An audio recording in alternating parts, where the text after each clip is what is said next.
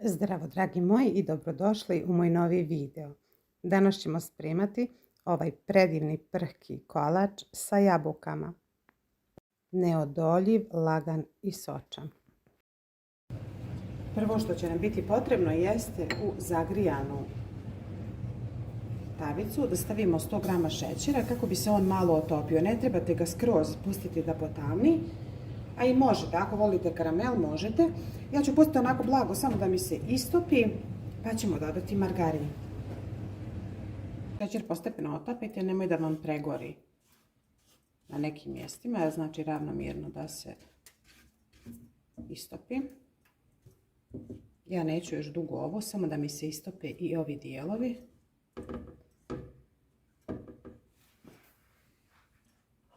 Samo da se istopi svaki dio šećera, da mi ne ostaje cijeli. Mada i ako vam ostane, on će se istopiti svakako u jabukama.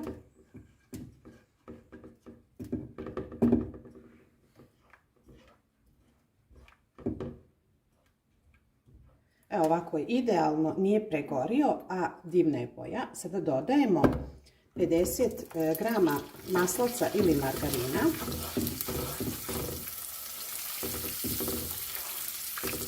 To istopite sve zajedno.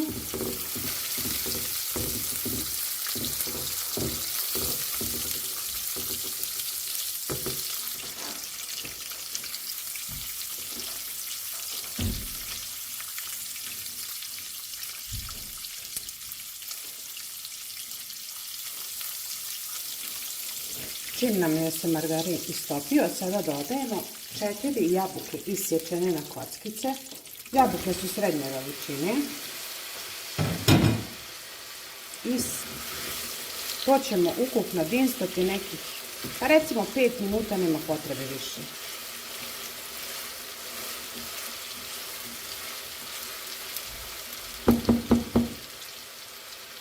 Dok se to lagano dinste, ja ću dodati i 1 kašiku cimeta. Ovo je supena kašika cimeta. I sve to promiješati.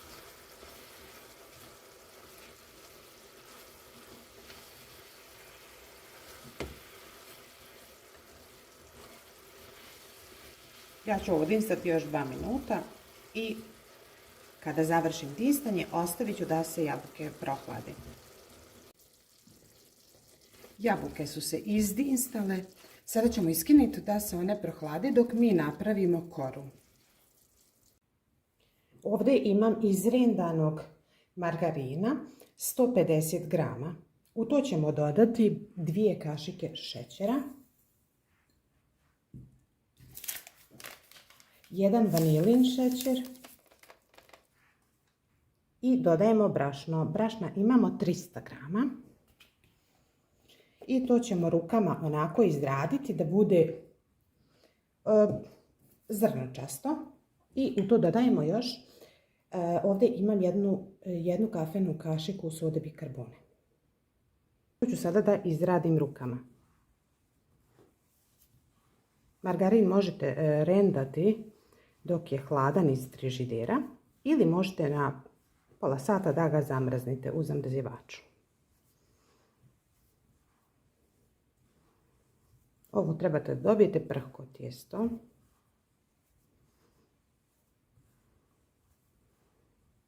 Kada sam već ovako malo sjedinila, sada ću da dodam 4 žumanjceta.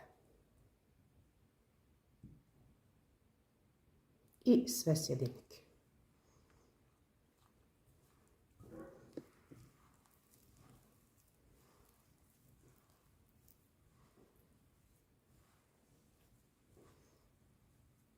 Kada smo dobili ovako zrnasto tijesto, sada ćemo to da prebacimo u pleh za pečenje. Ja sam pripremila pleh dimenzije 25 prečnika širine i peć sam uključila na 180 stepeni da se zagrije. Sada ćemo ovo tijesto da prebacimo na pleh i da ga ravnomjerno nanesemo do ivica, čak malo i poviš ivica ako je moguće. I pritišćete.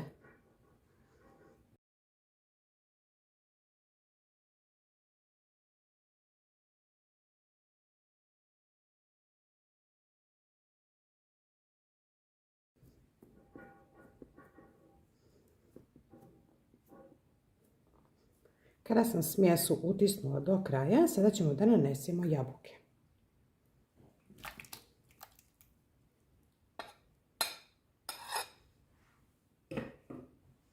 Ovaj kolač ćemo zapeći nekih 10 minuta do 15 na 180 stepeni dok nam ne budu bjelanca gotova.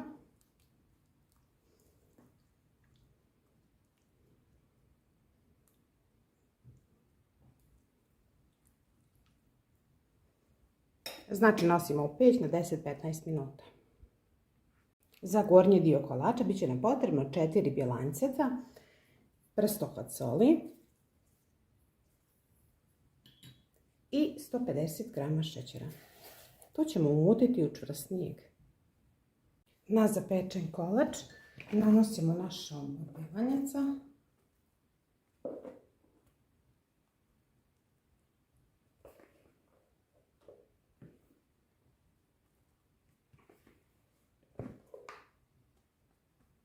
Što vam je više umućen šaun, odnosno što duže mutite bjelanca, bit će vam prhkije gornje tijesto, odnosno taj snijeg. Sada ću ga samo rasporediti sa kašikom. On treba ovako da vam se presijeva kada ga ravnate. To je znak da je sav šećer istopljen.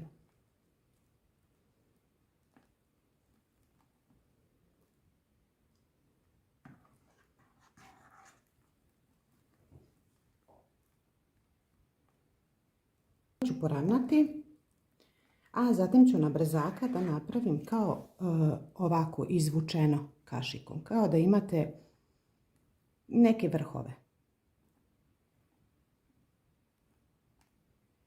Može bilo kako, možete ostaviti ravno, nije to sad obavezno nešto što morate, ali meni malo izgleda ljepše.